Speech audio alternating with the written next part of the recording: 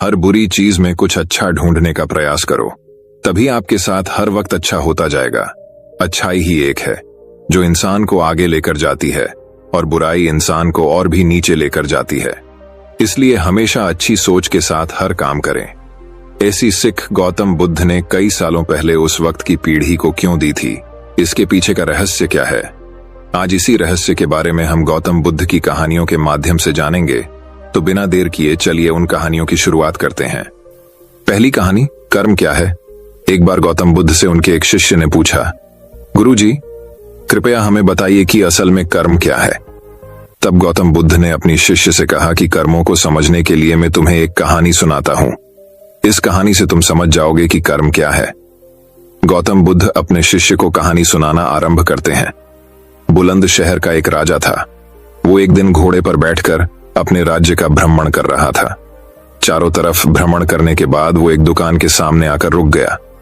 रुकने के बाद राजा ने अपने मंत्री से कहा, मंत्री जी, मालूम नहीं क्यों मुझे लगता है इस दुकानदार को कल के कल फांसी की सजा सुना दूं।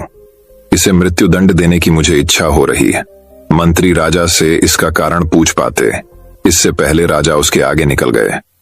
मंत्री ने इस बात का कारण पता करने के लिए अगली सुबह भेष बदलकर जाम जनता का रूप लेकर दुकानदार के पास जा पहुंचा। वैसे दुकानदार चंदन की लकड़ियां बेचने का काम करता था। मंत्री ने दुकानदार से पूछा, भाई आपका काम कैसा चल रहा है? तब दुकानदार ने बताया कि उसका बहुत ही बुरा हाल है। लोग उसके दुकान पर तो आते हैं, चंदन को सूंघकर उसकी प्रशंसा बहुत ज्यादा करते हैं, लेकिन खरीदता कोई भी नहीं। और उसने आगे बताया कि मैं सिर्फ इसी इंतजार में हूं कि हमारे राज्य के राजा की मृत्यु हो जाए और उनके अंतिम संस्कार के लिए मुझसे बहुत सारी चंदन की लकड़ियां खरीद ली जाए। शायद वहां से मेरा व्यापार में और बढ़ोतरी हो जाएगी और मेरा व्यापार भी अच्छा हो जाएगा। मंत्री को सारी बात समझा आ जाएगी कि यही वो नकारात्मक विचार है जिसने राजा के मन को भी नकारात्मक कर दिया है। वो मंत्री बहुत ही बुद्धिमान था, इसलिए उसने सोचा कि मैं थोड़ी बहुत चंदन की लकड़ियां खरीद लेता है। उसने दुकानदार को कहा, क्या मैं आपसे थोड़ी बहुत लकड़ियां खरीद सकता हूं? दुकानदार ये सुनकर बहुत ही खुश हो गया। उसने सोचा कि चलो कुछ तो बिका। इतने समय से कुछ भी नहीं बिक रहा था।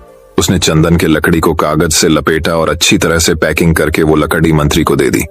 मंत्री अगली सुबह चंदन की लकड़ी लेकर राजा के दरबार में पहुंच गया और राजा से कहा, महाराज, ये जो दुकानदार है उसने आपके लिए तोहफे के रूप में चंदन की कुछ लकड़ियां भेजी हैं। ये बात सुनते ही राजा बहुत खुश हो गया और मन ही मन सोचने लगे कि यार, मैं बेकार में ही उस दुकानदार के बारे में गलत बातें सोच रहा था।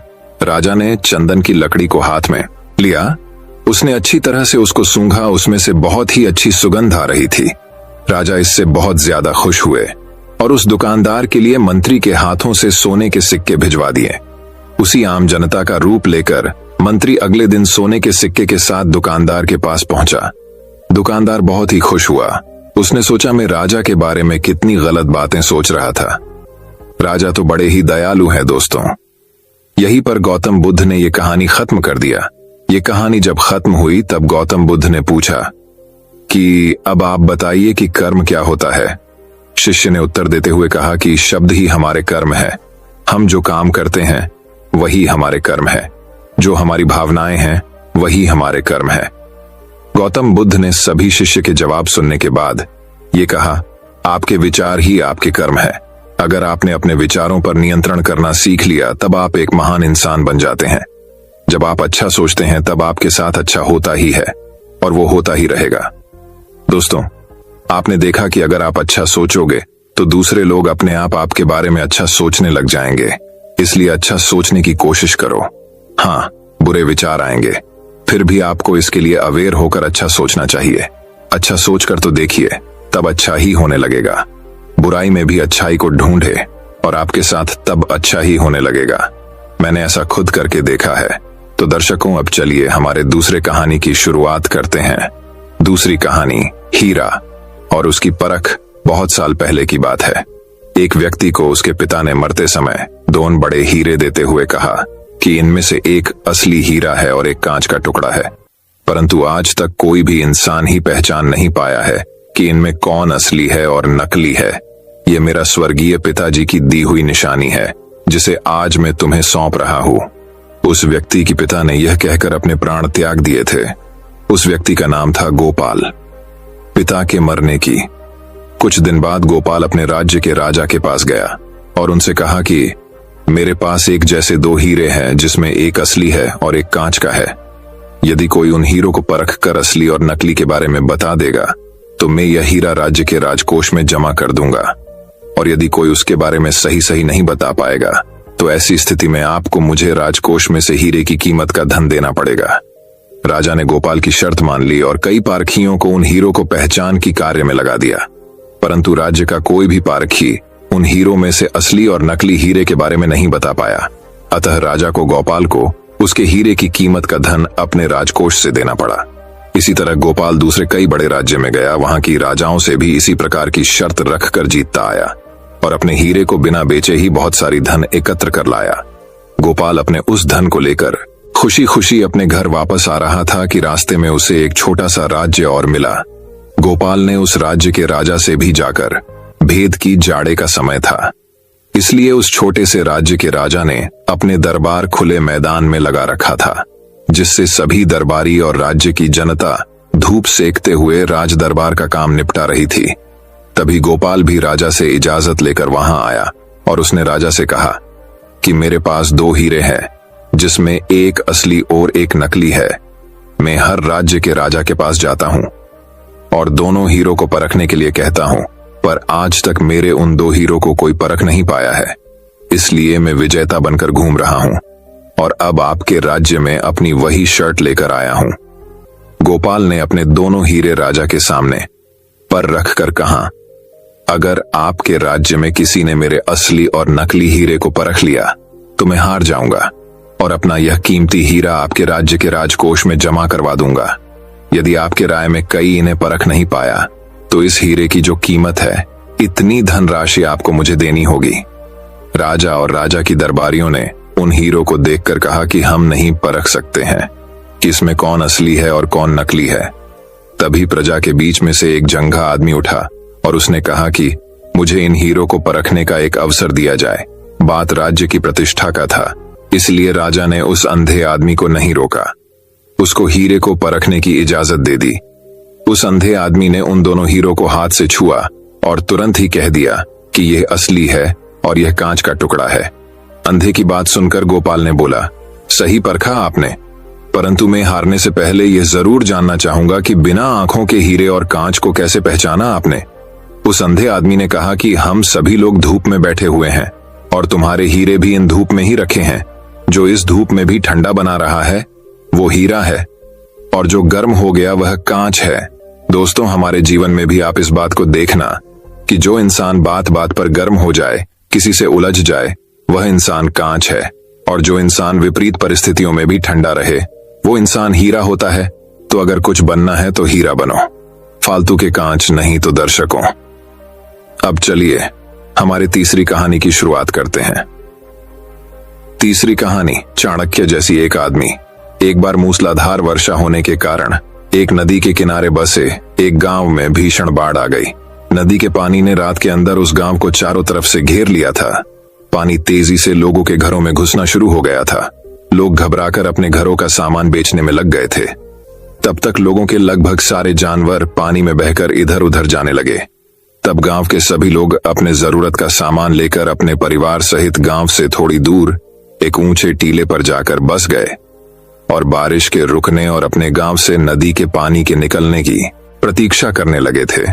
परंतु जब गांव वालों को यह पता चला कि उस बाढ़ के और बढ़ने की संभावना है और इस बार उस बाढ़ में ये ऊंचा टीला भी पानी में डूब सकता है, तो सभी गांव वालों ने वहां से पलायन करने का निश्चय कर लिया था। गांव के मछुआरों ने अपनी छोटी छोटी नाव को उस नदी में उतार दिया था, जिसमें गांव के लोग अपने सामान के संभार हो गए थे। उन गांव वालों में से एक व्यक्ति ऐसा भी था जिसके पास उसका पालतू कुत्ता भी था। लोगों ने उस व्यक्ति से कहा कि वो अपने कुत्ते को साथ लेकर न चले, लेकिन वो व्यक्ति अपने कुत्ते को छोड़ने के लिए तैयार नहीं हुआ। आखिरकार उस व्यक्ति के साथ उस कुत्ते को भी उस नाव में बैठा लिया गया। कुत्ता आखिर था तो जानवर ही, इसलिए वो नाव पर शांत कैसे बैठ सकता था। नाव चलने की कुछ देर बाद ही कुत्ते ने नाव पर उछलना, कूदना और भौंकना शुरू कर दिया। कुत्ते के डर से जब नाव से बैठे आदमी अपनी जगह से हिलते डुलते थे तो दो छोटी सी नाव अपना संतुलन खोने लगती थी, जिससे नाव में बैठे सभी लोग घबरा जाते थे। कुत्ते का मालिक अपने कुत्ते को बहुत संभालने की कोशिश करता था, परंतु वे इन प्रयास में कामयाब नहीं हो पाता था। इसलिए अब उसे भी कुत्ते को अपने साथ लेकर आने की भूल पर पछतावा होने लगता है। कुत्ते के उछल कूद से जब सभी लोग बहुत परेशान होने लग जाते हैं, तब उस नाव पर सवार एक लड़का कुत्ते के मालिक से कहता है, अगर आप कहते हैं तो मैं इस कुत्ते को 1 मिनट में सही कर सकता हूँ। अब कुत्ते के मालिक के पास उस लड़के के बात मान लेने के अलावा कोई चारा भी नहीं था, और कुत्ते के मालिक के हाँ करते ही उस लड़के ने कुत्ते को उठाकर नदी में फेंक दिया। बस फिर क्या था, मैंने कुत्ता पानी के बहाव में जोर जोर से हिचकोले खाने लगा। वो अपनी जान बचाने की कोशिश में तेजी से उस नाव का पीछा करने लगा। कुछ देर तक सबक सीखने के बाद उस लड़के ने कुत्ते को सहारा देकर उस नाव पर वापस चढ़ा लिया। नाव पर वापस आते ही वो कुत्ता अपने मालिक के पैरों के पीछे दुबक कर चुपचाप मिनमिनाता रहा था। लड़के की इस चतुराई को देखकर नाव में बैठे लोग उसके बहुत प्रशंसा करने लगते हैं। कुत्ते का मालिक उस लड़के से पूछता है कि कुत्ते को शांत करने के लिए तुम्हारे दिमाग में ये युक्ति कैसे आई? वो लड़के ने सभी को समझाते हुए ये कहा कि कभी दूसरे की परेशानी या उनके दुख का पता हमें तब तक नहीं चल पाता जब तक हम स्वयं उस परिस्थिति में नहीं आते। इसी तरह इस कुत्ते को भी पता नहीं था कि इसकी वजह से हमारी जान को खतरा हो रहा है, मगर अब खुद पानी में गिरने के बाद इसे इस नाव की और परिस्थिति को समझ में आ गया। अब ये दोबारा उछल कूद नहीं करेगा। जब सभी लोग सुरक्षित नदी पार करके एक सुरक्षित स्थान पर पहुंच जाते हैं तो सभी एक बार फिर उस लड़के को धन्यवाद कहते हुए उसकी सूझबूझ और सीख की प्रशंसा करते हैं। उसी दिन से गांव के सभी लोग उस लड़के को चाणक्य की दूसरे रूप मानने लगे। तो दर्शकों, अब चलिए हमारे चौथी कहानी की शुरुआत करते हैं। चौथी कहानी, समय। एक बार स्वामी विवेकानंद को नदी पार करना था और वो नदी के पास में खड़े थे। तभी एक साधु ने आकर उनसे पूछा कि क्या आप ही स्वामी विवेकानंद हो? तब स्वामी जी ने जवाब दिया कि मैं ही स्वामी विवेकानंद हूं। तभी उस साधु ने पूछा कि स्वामी जी, आप यहां पर क्या कर रहे हो? स्वामी जी ने कहा कि मुझे नदी पार करना है और मैं नाव का इंतजार कर रहा हूं। तभी साधु ने घमंड में कहा, तुम इतने बड़े इंसान हो, कई सारे लोग तुम्हें अपनी प्रेरणा का स्रोत मानते हैं और तुम एक नदी पार नहीं कर सकते। देखो, मैं तुम्हें नदी पार करके बताता हूं। तभी उस साधु ने पानी पर चलकर उस नदी को पार किया और फिर से पानी पर चल करके स्वामी जी के पास लौट कर आए और स्वामी जी को बोलने लगे कि देखो, मेरे पास इतनी शक्ति है, मेरे पास इतना टैलेंट है, मेरे पास इतना ज्ञान है, उसके बावजूद भी मुझे कोई नहीं जानता। और तुम्हारे पास कोई ज्ञान नहीं, कोई शक्तियां नहीं, उसके बावजूद भी तुम्हें सब जानते हैं। तभी स्वामी जी मुस्कुराए और साधु से पूछा कि तुम्हें ये विद्या सीखने में कितना टाइम लगा? साधु ने कहा कि 15 साल। इतने में स्वामी जी नाव आ गई और स्वामी जी ने साधु को नाव में बैठाया और वहां से चल दिए। दोनों ने नाव में बैठकर नदी पार की और नदी पार करने के बाद स्वामी जी ने अपनी जेब से 1 रुपए बाहर निकाला और उस नाव वाले को दे दिया। यानी कि दोनों के मिला के 50 पैसे यानी 1 रुपए उन्हें दे दिया। तभी स्वामी जी ने साधु से कहा कि जो काम तुम पीछा पैसे में कर सकते थे, उसके लिए तुम अपनी जिंदगी के बहुत कीमती पढ़ाते साल बर्बाद कर दिए। और अगर यही पढ़ा साल तुम अगर समाज के भलाई के लिए लगाते तो आज तुम्हें भी पूरी दुनिया जानती।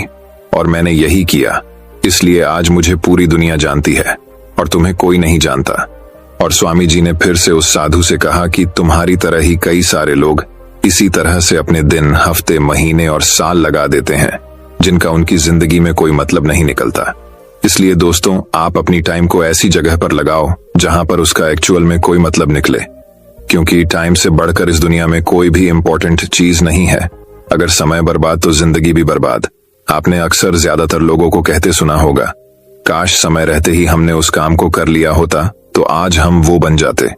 या काश अगर उस टाइम हम अपने कितनी वक्त को बर्बाद नहीं किया होता घूम फिर के, पार्टी करके, तो आज हम जिंदगी में कुछ कर लेते। तो दर्शकों, अब चलिए हमारे 5वीं कहानी की शुरुआत करते हैं। 5वीं कहानी, लोग तो हमेशा फायदा उठाएंगे। एक समय की बात है, एक राजा था जिसने अपने जीवन काल में कई लड़ाइयां जीती और काफी हद तक अपने साम्राज्य का विस्तार किया, क्योंकि समय के साथ राजा की सूझबूझ और साहस के कारण साम्राज्य बढ़ता गया। राजा या तो अपने शत्रुओं को परास्त करके वहां अपने साम्राज्य का झंडा गाड़ देता था, या फिर शत्रु स्वयं उसके सामने आत्मसमर्पण कर देता था। साम्राज्य के अंदर भी सुख और शांति का माहौल था। लोग बिना किसी डर के खुशी से रहते थे। इसी तरह उनका जीवन 55 वर्ष का रहा। स्पान राजा बहुत खुशी और धूप के साथ रहता था, लेकिन अब वह वयस्क हो चुका था। उसका एक ही बेटा था, जिसकी उम्र सिर्फ 15 साल थी। राजा जानते थे कि इतने बड़े साम्राज्य पर शासन करने के लिए उम्र से ज्यादा समझदारी और कुछ महत्वपूर्ण बातें मायने रखती हैं। जो इन बातों को अपना लेता है, वह इतने बड़े साम्राज्य पर आसानी से शासन कर सकता है। तभी एक दिन राजा ने बेटे को अपने कक्ष में बुलाया और कहा कि सुनो बेटा, ऐसा नहीं होता। इससे कोई फर्क नहीं पड़ता कि आप 15 साल के हैं या 55 साल के। दुनिया आपकी हैसियत के मुताबिक आपकी इज्जत करेगी। हर कोई चाहता है कि लोग उसकी इज्जत करें, उसे मजबूत समझें, लेकिन यह इतना आसान नहीं है। अगर आप चाहते हैं कि लोग आपका सम्मान करें, तो सबसे पहले यह याद रखें, कभी किसी से आपका सम्मान करने के लिए न कहें, किसी से सम्मान की भीख न मांगें। यह कमजोरी की निशानी है, क्योंकि सम्मान लोगों के लिए एक शक्ति है। आप बने इतना अनमोल और शक्तिशाली ताकि उन्हें आपका सम्मान करना पड़े। क्या आप जानते हैं लोग समुद्र का सम्मान क्यों करते हैं? क्योंकि वह किसी को भी उसका सम्मान करने के लिए नहीं कहता है। समुद्र की शक्ति से प्रभावित लोग उसका सम्मान करते हैं, क्योंकि वह शक्तिशाली है। लोगों के मन में समुद्र के प्रति सम्मान के अलावा आपके पास उस तरह की ताकत बनने का कोई और तरीका नहीं है, ताकि लोगों को किसी भी स्थिति में आपका सम्मान करना पड़े। इसके लिए आप स्वयं को जीवन के हर पहलू में मजबूत और शक्तिशाली बनाएं। अपना वादा हमेशा पूरा करें, इससे आपको स्वचालित रूप से सम्मान मिलेगा। साथ ही दयालु बनें और दूसरों का भी सम्मान करें। ये याद रखें कि हमेशा दूसरों से सीखते रहें। कुछ न कुछ घटित होता रहता है। आप कभी भी सब कुछ नहीं जान सकते। जीवन की वास्तविक शिक्षा भी वास्तविक जीवन से ही मिलती है। युवावस्था में आप जितनी अधिक चुनौतियों का सामना करेंगे, आप उतने ही अधिक मजबूत बनेंगे। आने वाले समय में आप और अधिक प्रगति करेंगे। यह जीवन का वह समय है जहां आपको लड़कियों के प्यार में नहीं पड़ना है, बल्कि खुद को मजबूत बनाने पर ध्यान केंद्रित करना है। जब आप एक अनमोल और शक्तिशाली व्यक्ति बन जाएंगे, ताकि जब आप बनना चाहें तो यह अपने आप आ जाए।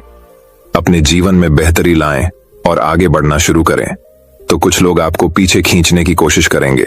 ये लोग आपके मित्र या परिवार में से कोई भी हो सकते हैं, या आपके सपनों का मजाक उड़ाएंगे, या आपको ऐसी आदतें अपनाने के लिए कहेंगे जिससे आपका समय और ऊर्जा बर्बाद होती है, क्योंकि वे आपको आगे बढ़ते नहीं देखना चाहते हैं। वे आपकी प्रगति से ईर्ष्या करेंगे, क्योंकि उनकी कमजोरी और आलस्य के कारण वे काम करने में असमर्थ हैं। इसलिए ये नहीं चाहते कि आप ऐसा कर सकें। साथ ही लोग आपको पीछे खींच लेंगे, क्योंकि कुछ दोस्ती सिर्फ थोड़े समय के मनोरंजन के लिए बनाई जाती है। इसलिए जब आप उन चीजों को करना बंद कर देंगे, तो उनका मजा कुछ समय के लिए कम हो सकता है जो वह आपके साथ बिताते थे। इसीलिए वे आपको पीछे खींचने की कोशिश करेंगे और आपको अपने जैसा बना देंगे। यदि आप सोच रहे हैं कि मुझे इतना त्याग क्यों करना चाहिए, जीवन आराम से जीना चाहिए, इसलिए यह याद रखें कि यदि अपने लक्ष्य के लिए अपनी इच्छा नहीं छोड़ेंगे, तो आपको अपने लक्ष्य का बलिदान देना होगा। यदि आप लक्ष्य के लिए हार मानेंगे और कुछ समय के लिए मौज मस्ती में फंस जाएंगे, तो जीवन के अंतिम चरण में आपको पछताना पड़ेगा। राजा ने आगे कहा, जब आप लक्ष्य के लिए काम करना शुरू करेंगे, तो आपको ऐसे नए लोग मिलेंगे जो आपको समझेंगे और आपको आगे बढ़ने में मदद करने के लिए तैयार होंगे। इसलिए उन लोगों को प्राथमिकता देना शुरू करें जो आपके मूल्यों और लक्ष्यों के साथ संरेखित हों। बस उन लोगों से दूर हो जाएं जो आपको रोक रहे हैं, और उनके साथ रहकर आपका भविष्य अद्भुत हो। बुरे लोग आपके परिवार के सदस्य और दोस्त भी हो सकते हैं, इसलिए उनसे दूर से ही प्यार करें। पहले इसके लिए आपको सफल आदतें अपनानी होंगी। कई बार आपको दूसरी जगह जाकर रहना पड़ता है। आपको भी अकेलापन महसूस हो सकता है, लेकिन यह बुरा नहीं है। कुछ समय अकेले रहना अच्छा है, क्योंकि इससे यह समझने में मदद मिलती है कि आप वास्तव में कौन हैं और आप जीवन में क्या हासिल करना चाहते हैं। एकांत में आप तब भी अपना काम पूरे ध्यान से कर सकते हैं जब कोई नहीं देख रहा हो। लोगों को सब कुछ दिखाने की जरूरत नहीं है कि आपको क्या मिला और आप आगे क्या करने वाले हैं। बस अपना काम करो, चाहे लोग आपको नोटिस करें या नहीं। और साथ ही मनी मैनेजमेंट के बारे में भी जानें। खुद को शारीरिक और मानसिक रूप से मजबूत रखें। इसके बावजूद आपको जीवन में कई चुनौतियों का सामना करना पड़ेगा, और हो सकता है कि कभी कभी आप गिर भी जाएं। लेकिन उसी स्थिति में अपनी हार को खुले दिल से स्वीकार करें। हर सफल व्यक्ति अपनी हार और गलती स्वीकार करता है, उससे सीखता है और उसे बेहतर बनाने के लिए लगातार काम करता है। उन चीजों के बारे में कभी शिकायत न करें जो घटित हो चुकी हैं और जिन्हें आप नियंत्रित नहीं कर सकते। आपको बस उन चीजों पर ध्यान देना है जिन्हें आप नियंत्रित कर सकते हैं। किसी भी चीज को अपनी मानसिक शांति भंग करने की अनुमति न दें। इसके लिए नियमित रूप से ध्यान और प्रार्थना करें। याद रखें कि एक व्यक्ति केवल उतना ही महान हो सकता है जितना वह कल्पना कर सकता है। इसीलिए एक बड़ा लक्ष्य बनाएं। जो कुछ भी आपको मिला है उसके लिए भगवान का शुक्रिया अदा करें, उनसे साहसी बनने और जीवन के हर पहलू में जीत हासिल करने की प्रार्थना करें। लोगों को यह समझने के लिए यह याद रखें कि जीवन पूरी तरह से परिप्रेक्ष्य पर निर्भर करता है। एक ही स्थिति में एक व्यक्ति का अपने प्रति दृष्टिकोण दूसरे से बिल्कुल भिन्न हो सकता है। यह प्रत्येक व्यक्ति के विचारों, भावनाओं और व्यवहार पर निर्भर करता है। वह उस चीज को कैसे देखता है। कभी निराश मत होना, अच्छी चीजों पर ध्यान दें। नकारात्मक रवैया आपके जीवन को निराशाजनक बना देगा। भले ही आपके पास बहुत सारा धन और शक्ति हो, जैसे जैसे आप अपने जीवन में आगे बढ़ेंगे तो आप देखेंगे कि आपके दोस्तों का समूह छोटा होता जा रहा है। लेकिन अगर आप बारीकी से देखेंगे तो आपको यह देखकर खुशी होगी कि उनमें से प्रत्येक में कुछ विशेष विशेषताएं होंगी जिनसे आप सीखेंगे और आपको आगे बढ़ने की प्रेरणा मिलेगी। अपने जीवन में जिम्मेदार बने। किसी ऐसे व्यक्ति को अपने साथ ले जाएं जिसे आप अपनी संपत्ति और शक्ति के बारे में सच बता सकें, और वह भी बिना डरे आपकी गलतियों और कमजोरियों के बारे में आपको सच बता सके। क्योंकि एक कड़वा सच हजारों मीठे झूठों से अधिक शक्तिशाली होता है। आपको यह पता चल जाएगा कि वास्तव में आप अपनी शक्ति और संपत्ति में कहां हैं। आपको और कितनी प्रगति करने की आवश्यकता है मेरे बेटे। इन बातों को अपने जीवन में अपनाकर तुम समय के साथ एक बेहतर इंसान बन जाओगे। जीवन में एक ऐसे मुकाम पर पहुंचे जहां लोग आपको बहुत मूल्यवान समझेंगे। लड़कियां आपके साथ रहना चाहती हैं। शक्तिशाली लोग आपसे दोस्ती करना चाहते हैं। इस अवसर पर जीवन आपके लिए एक खेल बन जाएगा। आप जो चाहें चुन सकते हैं और पसंद का काम करने के लिए विकल्प होंगे। जिस लड़की से आप प्यार करते हैं उससे शादी करें। आपके लिए यह आसान होगा। इस मंजिल पर मौज मस्ती करें और जीवन का आनंद लेना। ठीक है, लेकिन आप जो भी करें अपने मूल्यों और सिद्धांतों को कभी न भूलें जो आपको यहां तक लाए हैं। कई लोग सफल होने के बाद फिर से उसी पुरानी स्थिति में पहुंच जाते हैं क्योंकि वह सफलता की चकाचौंध में खो जाते हैं। अपने मूल्यों और सिद्धांतों को भूल जाओ जो मिला उन्हें यहां, और यही एक चीज उन्हें सफलता के शिखर से नीचे गिरा देती है। और जैसा कि मैंने आपको शुरुआत में कहा था कि दयालु बने और कभी भी सीखना बंद न करें। क्योंकि आप एक बार जीत गए हैं तो इसका मतलब यह नहीं है कि आप हमेशा जीतेंगे। ये हमेशा जरूरी है जीतने की ताकत। इसलिए कभी भी अपने आप को निराश न करें। जीवन के हर पहलू में हमेशा अपनी ताकत बढ़ाते रहें। तो दर्शकों, अब चलिए हमारे छठी कहानी की शुरुआत करते हैं। छठी कहानी दोस्तों बात बहुत समय पहले की है। एक बार राजा चंद्रसेन उनके मंत्री माधव से नाराज हो गए और उन्होंने माधव को राज्य छोड़ने का आदेश दे दिया। माधव भी अपने राजा के आदेश का पालन करते हुए राज्य छोड़कर चले गए। कुछ दिन बीते और राजा चंद्रसेन को माधव की याद आने लगी।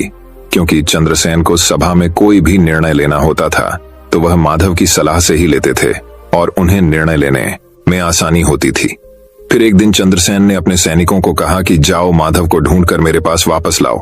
सभी सैनिक माधव को ढूंढने के लिए एक गांव से दूसरे गांव जाने लगे, लेकिन उनको माधव नहीं मिला।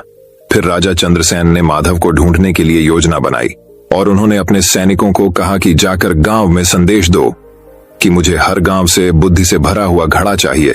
अगर गांव का मुखिया बुद्धि से भरा हुआ घड़ा नहीं लाएगा तो उसे घड़े में हीरे जवाहरात भरकर लाने होंगे।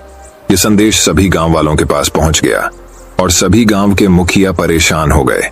सभी गांव के मुखिया ने अपने गांव में सभा बुलाई। तभी एक गांव में माधव एक किसान के खेत में बेस बदलकर काम कर रहे थे। जब सभा बुलाई गई तो माधव भी वहां पहुंचे। जैसे राजा अकबर ने कहा था, गांव के मुखिया ने वैसा ही गांव वालों को बताया और सभी चिंतित हो गए। फिर माधव ने कहा कि आप मेरे को एक घड़ा दे दो और मैं 1 महीने के बाद में उसमें बुद्धि भरकर आपको दे दूंगा। आप जाकर राजा को दे देना। गांव वालों के पास और कोई चारा नहीं था और सभी माधव की बात से सहमत हो गए। फिर माधव वहां से अपने खेत में चले गए। वहां जाकर टहनी के साथ लगे हुए कद्दू को घड़े के अंदर डाल दिया और टहनी को काटा नहीं। माधव उस कद्दू को अच्छे से खाद देते रहे और महीना पूरा हो गया और कद्दू का आकार भी बहुत बड़ा हो गया।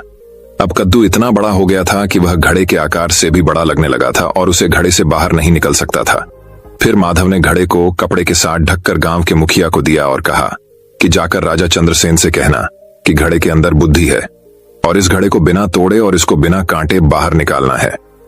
गांव का मुखिया राजा चंद्रसेन के पास गए और उन्होंने वही कहा जो माधव ने कहा था। राजा अकबर ने कपड़ा उतारा तो देखा कि उसके अंदर कद्दू है और चंद्रसेन समझ गया कि यह सोच और कोई नहीं रख सकता है, यह माधव घड़े का ही दिमाग है। फिर राजा चंद्रसेन ने गांव के मुखिया से पूछा कि यह घड़ा उसे किसने दिया है। मुखिया ने बताया कि हमारे गांव के एक किसान के खेत में एक आदमी काम करता है, उसने यह घड़ा मुझे दिया है। फिर चंद्रसेन गांव के मुखिया और सैनिकों को साथ लेकर उस खेत में गए और जाकर माधव को मिले और माधव से माफी मांगी। दोस्तों, ये कहानी हमें यह शिक्षा प्रदान करती है कि इस कहानी से हमें यह शिक्षा मिलती है कि सूझबूझ के साथ हर समस्या का हल निकाला जा सकता है। तो दर्शकों, अब चलिए हमारे 7वीं कहानी की शुरुआत करते हैं। 7वीं कहानी, वही एक और कहानी, कुछ इस प्रकार शुरू होती है। एक गांव में एक मालिक के पास अनेकों गुलाम हुआ करते थे। उन्हीं में से एक था लुकमान। लुकमान था तो सिर्फ एक गुलाम, लेकिन वह बड़ा ही चतुर और बुद्धिमान था। उसकी ख्याति दूर दराज के इलाकों में फैलने लगी थी। एक दिन इस बात की खबर उसके मालिक को लगी। मालिक ने लुकमान को बुलाया और कहा, सुनते हैं कि तुम बहुत बुद्धिमान हो, मैं तुम्हारी बुद्धिमानी की परीक्षा लेना चाहता हूं। अगर तुम इस परीक्षा में पास हो गए तो तुम्हें गुलामी से छुट्टी दे दी जाएगी। अच्छा जाओ, एक मरे हुए बकरे को काटो और उसका जो हिस्सा बढ़िया हो उसे ले आओ। लुकमान ने आदेश का पालन किया और मरे हुए बकरे की जीभ लाकर मालिक के सामने रख दी। कारण पूछने पर कि जीभ ही क्यों लाया, लुकमान ने कहा, अगर शरीर में जीभ अच्छी हो तो सब कुछ अच्छा ही अच्छा होता है। मालिक ने आदेश देते हुए कहा, अच्छा, इसे उठा ले जाओ और अब बकरे का जो हिस्सा बुरा हो उसे ले आओ। लुकमान बाहर गया, लेकिन थोड़ी ही देर में उसने उसी जीभ को लाकर मालिक के सामने फिर रख दिया। फिर से कारण पूछने पर लुकमान ने कहा, अगर शरीर में जीभ अच्छी नहीं तो सब बुरा ही बुरा है। उसने आगे कहते हुए कहा, मालिक, वाणी तो सभी के पास जन्मजात होती है, परंतु बोलना किसी किसी को ही आता है। क्या बोलें, कैसे शब्द बोलें, कब बोलें, इस एक कला को बहुत ही कम लोग जानते हैं। एक बात से प्रेम झड़ता है और दूसरी बात से झगड़ा होता है। कड़वी बातों ने संसार में न जाने कितने झगड़े पैदा किए हैं। इस जीभ ने ही दुनिया में बड़े बड़े कहर ढाए हैं। जीभ 3 इंच का वो हथियार है जिससे कोई 6 फीट के आदमी को भी मार सकता है तो कोई मरते हुए इंसान में भी प्राण फूंक सकता है। संसार के सभी प्राणियों में वाणी का वरदान मात्र मानव को ही मिला है। उसके सदुपयोग से स्वर्ग पृथ्वी पर उतर सकता है और दुरुपयोग से स्वर्ग भी नरक में परिणत हो सकता है। भारत के विनाशकारी महाभारत का युद्ध वाणी के गलत प्रयोग का ही परिणाम था। मालिक लुकमान की बुद्धिमानी और चतुराई भरी बातों को सुनकर बहुत खुश हुए। आज उनके गुलाम ने उन्हें एक बहुत बड़ी सीख दी थी और उन्होंने उसे आजाद कर दिया। मित्रों, मधुर वाणी एक वरदान है जो हमें लोकप्रिय बनाती है। वहीं कर्कश या तीखी बोली हमें अपयश दिलाती है और हमारी प्रतिष्ठा को कम करती है। आपकी वाणी कैसी है? यदि वो तीखी है या सामान्य भी है तो उसे मीठा बनाने का प्रयास करिए। आपकी वाणी आपके व्यक्तित्व का प्रतिबिंब है, उसे अच्छा होना ही चाहिए। दोस्तों, मैं उम्मीद करता हूं कि यह कहानी सुनने से आपके जीवन में अच्छे बदलाव आए होंगे। आपको इस वीडियो से क्या सीखने मिला ये कमेंट करके जरूर बताएं और अपने परिवार, दोस्तों या आपके करीबी इंसान के साथ ये कहानी शेयर करके उन्हें भी इस ज्ञान से परिचित करवाएं। बाकी अगर आपको ये वीडियो दिल से अच्छी लगी हो तभी इस वीडियो को लाइक कर देना और आपने अब तक इस चैनल को सब्सक्राइब न किया हो तो चैनल को सब्सक्राइब भी जरूर कर देना। आपका हर दिन शुभ हो और खुशियों से आपका जीवन भरा रहे। धन्यवाद। नमो बुद्धाय।